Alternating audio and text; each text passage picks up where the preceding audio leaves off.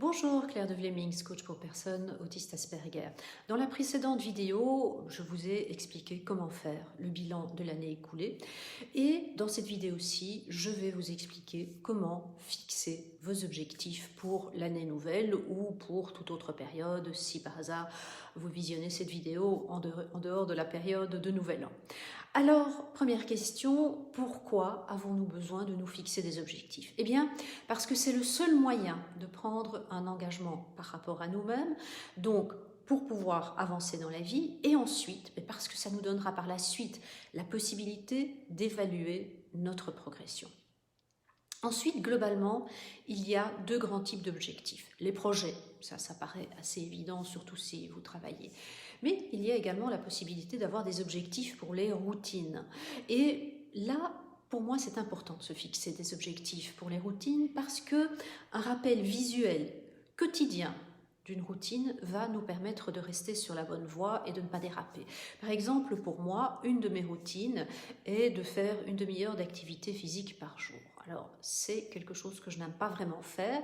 Et donc, si ce n'est pas écrit quelque part, si je ne le vois pas, eh bien, je vais me laisser emporter par d'autres activités que je préfère nettement à ça. Et je ne vais pas faire d'activité physique. Et tout à coup, il sera 7h30 du soir et ce sera trop tard.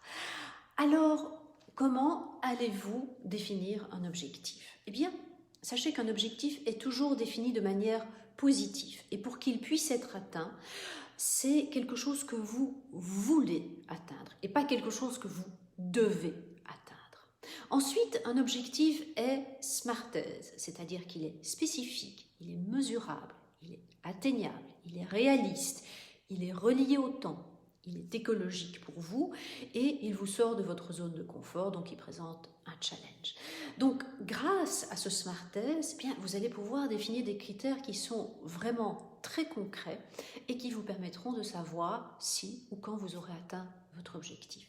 Et dans ce smartese, aujourd'hui, je vais m'arrêter plus spécifiquement sur le R pour réaliste.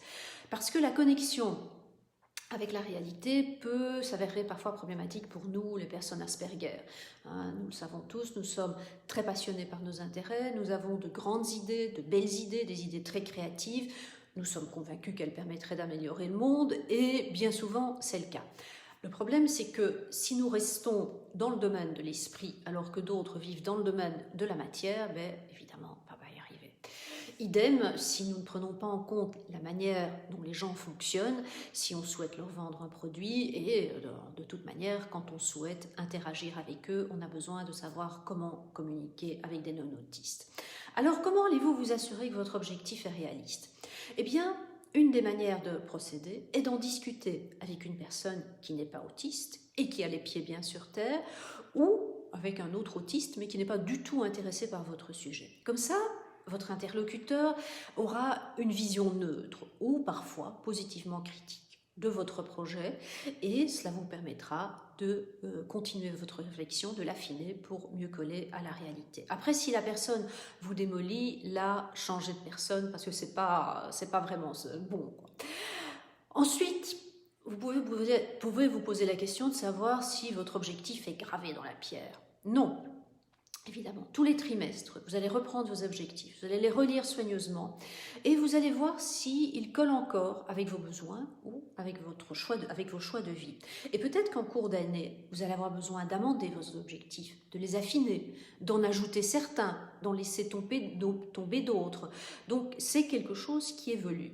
Par contre, une chose à savoir, c'est qu'on se fixe en général 10 à 12 objectifs par an et qu'on considère que 4 objectifs par trimestre, eh bien, c'est bien.